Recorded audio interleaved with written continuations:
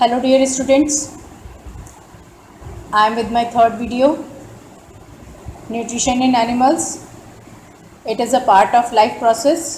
I hope कि आप लोगों ने मेरी दोनों वीडियो सुनी होंगी और अपना एक रजिस्टर मेंटेन किया होगा. So let's start about the nutrition in animals. Nutrition in animals. First, we will study about the unicellular organism. Unicellular organism is the amoeba. तो अमीबा भी एक डेवलप्ड डाइजेस्टिव सिस्टम रखता है, तो इसलिए सबसे पहले हम इसको पढ़ते हैं. अब आप इसको कंपेयर कर पाएंगे कि इतना छोटा सा अमीबा है वो भी ऐसे ही डाइजेस्ट कर रहा है जैसे कि आपकी बॉडी के अंदर होता है. तो really it's a marvellous similarity between us and the very small amoeba. Just see, amoeba is a unicellular animal living in water. Okay, it takes in food by forming finger like projections called pseudopodia. Ab when it saw the prey food particle, okay, then this such kind of finger like projections come out. देखो यहाँ पर ही दिखाई दे रहे हैं, तो इनको हम क्या बोलते हैं? pseudopodia. तो आपको ये लर्न रखना है कि projections, finger like projections are called pseudopodia. Pseudopodia forms a food vacuole.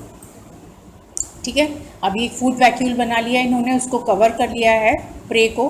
So then it comes into the form of food vacuoles. तो फूड वैक्यूल्स भी किसकी वजह से बनते हैं? Because of the pseudopodia. Inside the food vacuole the food is digested and absorb. अब ये जब फूड वैक्यूल इसको कवर कर लेगा तो जितना भी इसमें न्यूट्रिएंट है, प्रे के अंदर जो भी न्यूट्रिएंट है, that will gate absorb by the amoeba. The undigested food is then sent out through the surface of the cell, and later on again this food vacuole will open and that food particle will expel out from the body of the amoeba. ठीक है, अब ये जो पूरा process है, that this process is divided into 5 steps. Just see what happened with the amoeba. Now just see, it is the first step of this process. Food particle is going inside in the amoeba. तो किसकी वजह से जा रहा है? pseudopodia, जो finger like projections बन गए हैं. Now second condition is the forming of food vacuoles. So food vacuoles start to cover the food particle. After that food engulf within food vacuole. अब food vacuole इसको completely cover कर लेंगे food particle को. So that process is known as digestion. यानी यहाँ पर जो भी न्यूट्रिशन है that will get digested by the amoeba. Just what happen next? Digested food diffuses into cytoplasm. Now digestion is completed of the food particle and then it will start to mix into the cytoplasm.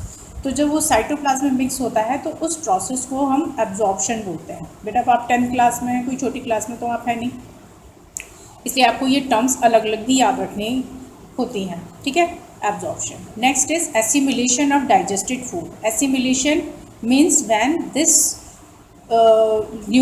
nutrients utilized by our body. जब ये हमारी body को nutrients provide करते हैं, हमारी body में घुलते हैं, हमें एनर्जी देना शुरू करते हैं, that process is known as assimilation. Clear? After that undigested food thrown out. अब जो undigested food है वो बॉडी से बाहर फेंक दिया जाता है through the cell membrane. So that process is known as egestion. So these are the different stages in the nutrition of amoeba. You all have to learn in a very well and a very perfect manner. Okay, you all have to draw the diagram 2-3 times and learn all the steps. Now see nutrition in human beings.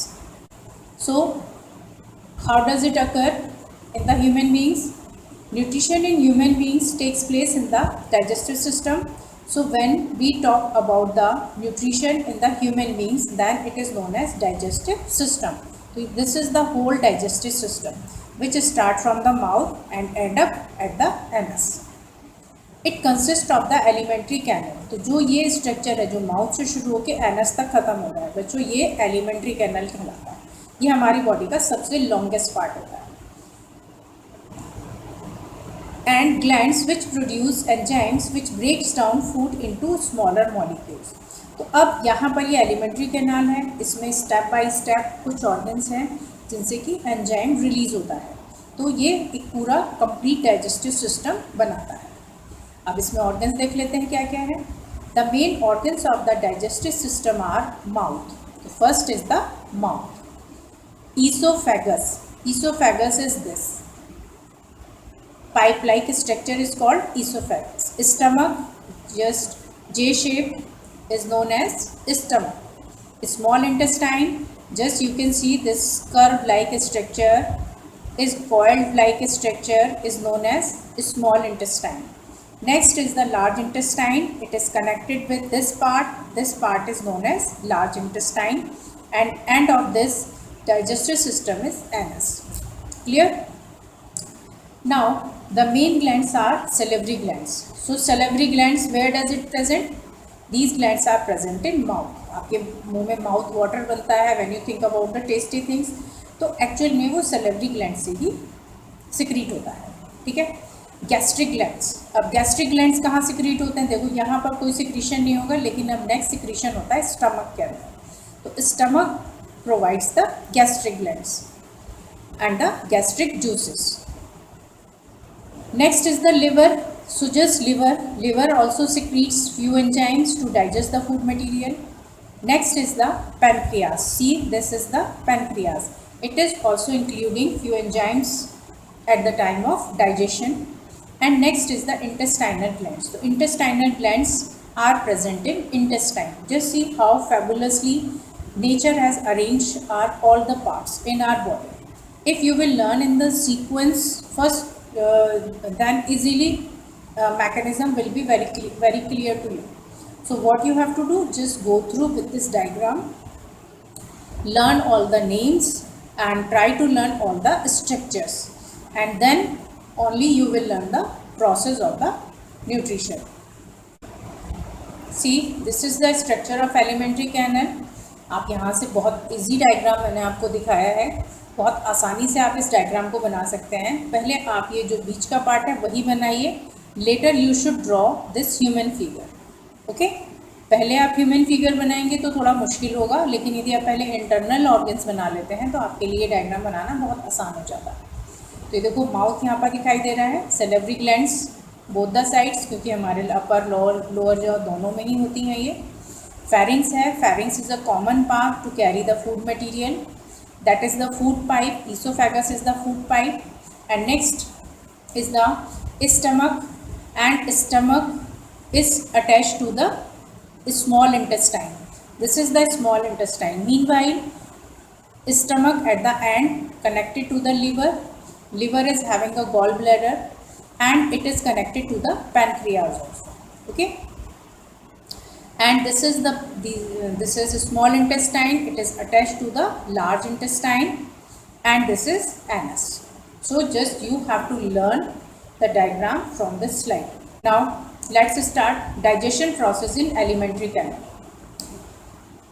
So as I told you, digestion starts from the mouth. So in the mouth, the food is broken down into smaller particles by the teeth. अब teeth हैं, just you know that you have 4 types of teeth in your mouth. Just front you are having incisors, central incisors, upper and lower jaw दोनों में ही होते हैं। After that you have the canines, these are the canines, and then premolars and then molars. तो आपके पास lower jaw और अपर jaw में इस तरह का टीथ केजेस प्रेजेंट होते हैं, जिनकी वजह से हम किसी भी तरह के फूड पार्टिकल को च्यू कर सकते हैं। So that's why first digestion start from the mouth. Here we are having the salivary glands also, those are making easy to chew the food material. Then it mix with saliva from the salivary glands. तो salivary gland से क्या secrete हो रहा है? Saliva. That mouth water is known as saliva. Saliva contains the enzyme salivary amylase which converts starch into sugar. अब आपको बेटा यहाँ बहुत अच्छे से याद रखने की ज़रूरत है कि सलाइवा से या salivary gland से कौन सा एंजाइम सिक्रीट होता है। So that name is salivary amylase. इसको हम टाइलिन भी बोलते हैं, कहीं कहीं ये टाइलिन भी लिखा रहता है, but normally according to the NCERT we are using the amylase. अब what is the function of amylase? अब आपको मैंने बताया कि डाइजेशन माउथ से ही शुरू हो रहा है, तो यानी जो भी आप वेजिटेबल्स खा रहे हैं, फ्रूट्स खा रहे हैं, उनमें फूड किस फॉर्म में होगा? स्टार्च में स्टोर होगा, तो यहाँ पर वो शुगर में कन्वर्ट हो जाता है, ठीक है, क्योंकि हमारी बॉडी उसको शुगर में आसानी से एब्जॉर्ब कर लेगी, स्टार्च फॉर्मेशन में नहीं कर सकती, ठीक है। Now next is then the food passes through the oesophagus into the stomach. अब यहाँ से जो फूड च्यू होगा वो फेरिंग्स में जाएगा, फेरिंग्स से होते हुए वो ईसोफेगस में जाएगा, and then oesophagus will carry this food material to the stomach. Now what happened in the stomach? Just you can see this diagram, esophagus is connected to this J-shaped structure. This is stomach, okay. The gastric glands produce gastric juices which contains the enzyme pepsin, hydrochloric acid and mucus. तो ये जो stomach है, इस stomach में ये 3 तरह के enzymes secrete होते हैं। Enzyme first pepsin, another one is a chemical hydrochloric acid and the mucus from the inner wall of the stomach. तो आपको ये बहुत अच्छे से याद रखना है, क्योंकि अक्सर ये आपसे पूछा जाता है what does produce by the gastric glands, what is the formation of gastric juice. तो gastric juice formation is made up of from enzyme pepsin, hydrochloric acid and mucus, ठीक है। They three are having the different function. तो अब इसका different function हम याद कर लेते हैं। Pepsin breaks down proteins. अब हमारी बॉडी में जो प्रोटीन है, जैसे मिल्क लेते हैं, मिल्क प्रोडक्ट लेते हैं, पल्सेस लेते हैं, उन सभी में प्रोटीन होता है। तो ये नहीं है कि हमने चू किया और मुंह में ही उसका डाइजेशन हो जाएगा, ऐसा नहीं है। हमारी बॉडी में अलग अलग केमिकल्स होते हैं, अलग अलग न्यूट्रिएंट को डाइजेस्ट करने के लिए, ठीक है। अब जैसे पेप्सिन है, पेप्सिन ब्रेक्स डाउन प्रोटीन्स, तो आपको बहुत अच्छे से याद कर लेना है कि पेप्सिन प्रोटीन को ब्रेक डाउन करता है स्टमक के अंदर, ठीक। सेकेंड, हाइड्रोक्लोरिक एसिड क्यों होता है? Hydrochloric acid makes the medium acidic and helps in the action of pepsin. अब ये acidic condition provided by the HCl, why, what is the reason behind it? Acidic medium हमें क्यों चाहिए पेट में? क्योंकि यहाँ पर जब भी हम जो चीज़ भी खा रहे हैं उसमें भी किसी भी तरह के जर्म्स हैं, बैक्टीरिया है, वायरस है, that will get killed by the hydrochloric acid. तभी हमारी स्टमक में भी कोई भी इस तरह का अनवांटेड मटेरियल चला जाता है, इन्फेक्शन चला जाता है, that can not pass to the next one organ because of hydrochloric acid, ठीक है। तो एक फंक्शन तो हाइड्रोक्लोरिक एसिड का ये हो गया। दूसरा फंक्शन क्या होता है कि ये पेप्सिन को फैसिलिटेट करता है, ठीक है। जब हाइड्रोक्लोरिक एसिड अपना फूड पर फंक्शनिंग स्टार्ट करता है तब पेप्सिन को इन्फॉर्मेशन मिल जाती है, then pepsin also started to secrete and digested to proteins, clear. Third is the mucus. Mucus protects the walls of the stomach from the action of the acid. तो सबसे पहले तो हाइड्रोक्लोरिक एसिड सिक्रीट होगा, फिर pepsin secrete होगा।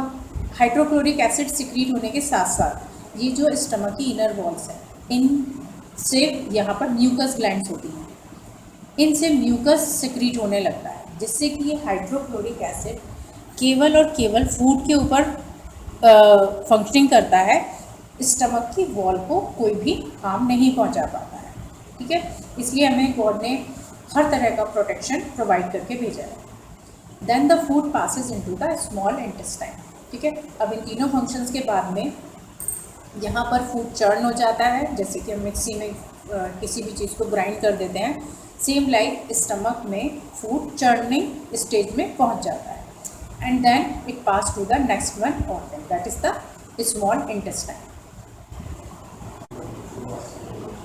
So now let's see in the upper part of the small intestine, which is called duodenum. Why we are taking the name of duodenum especially? Because it is an important part or the entrance of the small intestine. ये duodenum ही है वो part जिससे liver और pancreas attached रहते हैं, ठीक है। Now just see the function of liver and pancreas. The food is mixed with bile from liver. अब liver क्या secrete करता है? Liver secretes the bile juice. ये देख लीजिए यहाँ पर लिवर बना रखा है, कॉमन बाइल डक्ट है, ये लिवर और पैंक्रियाज से जो भी सिक्रीशन होता है वो यहाँ से सिक्रीट होता है। गॉल ब्लैडर है, gall bladder is that part which store the bile. तो लिवर से क्या सिक्रीट होता है? बाइल जूस सिक्रीट होता है, ठीक है। Pancreatic juice from the pancreas, और जो पैंक्रियाज है वो जो जूस सिक्रीट करते हैं उसको हम बोलते हैं पैंक्रियाटिक जूस, ठीक है। So what is the function of bile? Bile breaks down fats into smaller globules.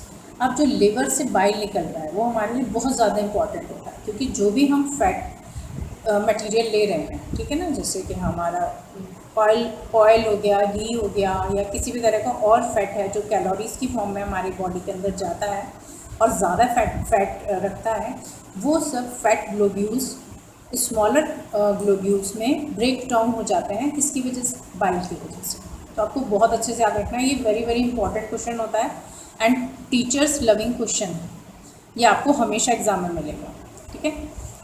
Pancreatic juice contains the enzyme trypsin and lipase. ये भी बहुत इंपॉर्टेंट क्वेश्चन होता है, क्योंकि पैंक्रियाटिक जूस किससे फॉर्म हुआ है, कौन कौन से एंजाइम्स हैं जो पैंक्रियाटिक जूस को बना रहे हैं, ये आपको याद होना चाहिए। वो है ट्रिप्सिन और लाइपेज।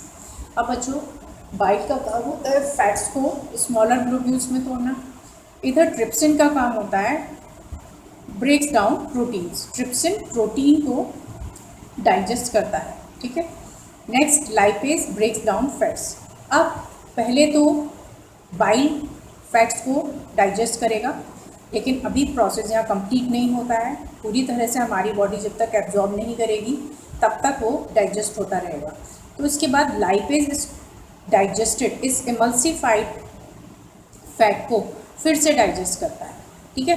तो इसलिए फिर पैंक्रियाज की हमें ज़रूरत पड़ती है। ऐसे ही अभी हमने देखा था कि प्रोटीन पेप्सिन ने भी डाइजेस्ट किया, लेकिन अब यहाँ पर पैंक्रियाज भी फिर से इसको डाइजेस्ट कर रहा है, okay. Now next is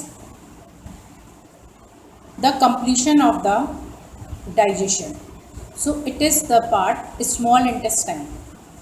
small intestine is that part where complete digestive process occur. जो भी पूरा डाइजेशन है वो अब यहाँ पर ही कंप्लीट होगा, ठीक। What happened here?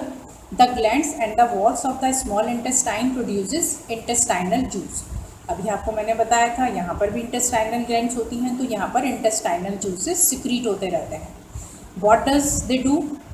The enzymes of the intestinal juice converts carbohydrates into glucose.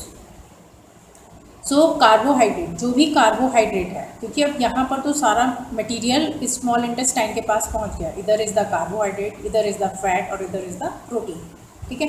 तो अब स्मॉल इंटेस्टाइन क्या करेगी? कार्बोहाइड्रेट्स को ग्लूकोज में कन्वर्ट करेगी, ठीक है। और फैट किस में कन्वर्ट होगा? फैटी एसिड्स में और ग्लिसरॉल में। प्रोटीन्स किस में कन्वर्ट होंगे? अमीनो एसिड्स में, क्योंकि हमारी बॉडी इन्हें glucose, fatty acids, glycerol, amino acids इन्हीं की फॉर्म में यूटिलाइज कर सकती है।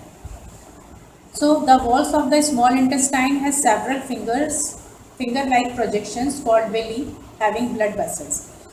अब स्मॉल इंटेस्टाइन में फिंगर लाइक प्रोजेक्शंस होते हैं, क्योंकि इंटेस्टाइन का काम है डाइजेस्ट करना, ठीक है ना। इसका सरफेस एरिया, जो विली होते हैं वो इंटेस्टाइन के सरफेस एरिया को बढ़ाने का भी काम करते हैं। जैसे कि कभी कभी आप बहुत ज़्यादा खा लेते हैं तो स्टमक भी भर जाता है, आपका इंटेस्टाइन ऑलरेडी भरा हुआ है, तो उस कंडीशन में भी हमारी बॉडी में इंटेस्टाइन का सरफेस एरिया बढ़ जाता है because of the presence of villi. और विलाई क्या रखते हैं? ब्लड वेसल्स भी रखते हैं। तो यानी कि यहाँ पर जो भी कुछ डाइजेस्ट होगा that will gate absorb by the blood vessels. तो विलीज जो होते हैं, विलाइज होते हैं, इनको दोनों ही हम टर्म में कभी कभी बोल लेते हैं। तो villi are having the blood vessels. तो एक तो ये सरफेस एरिया बढ़ाने का काम करते हैं और दूसरा यहाँ पर ब्लड वेसल्स होती हैं, they are absorbing all the digested material. It helps to increase the surface area for the absorption of digested food. तो विलाई का काम क्या है? To increase the surface area. Third, the digested food is absorb by the blood and transported to all cells in the body. तो villi क्या काम कर रहे हैं? सरफेस एरिया बढ़ा रहे हैं और फूड को एब्जॉर्ब कर रहे हैं और ट्रांसपोर्ट कर रहे हैं। Then the undigested food passes into the large intestine.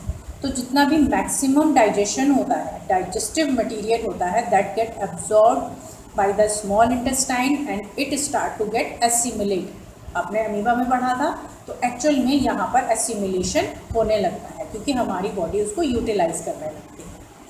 अब जो भी अनडाइजेस्टेड मटेरियल है वो लार्ज इंटेस्टाइन में ट्रांसफ़र हो जाता है। वहाँ पर क्या होता है, water is absorbed and the waste material is remove through the anus. जितना भी वाटर है, अब जो भी डाइजेस्टेड मटेरियल में, अनडाइजेस्टेड मटेरियल में वाटर रह गया वो सारा का सारा लार्ज इंटेस्टाइन एब्जॉर्ब कर देते हैं and rest of the material collected by the anus. So it was about the digestion process in alimentary canal. You all have to learn, and in next video I will give you the assignments. Just try to learn all the things before my next video, and you have to solve the assignment yourself, and you have to give everything about my videos, this video and that video, into the comments. Okay.